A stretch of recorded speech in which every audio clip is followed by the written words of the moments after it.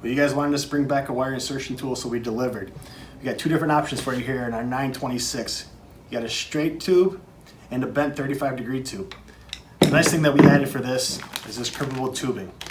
So what you do with this, you take your wire, your tubing, the wire you need, put it in, crimp it twice, that way it stays on.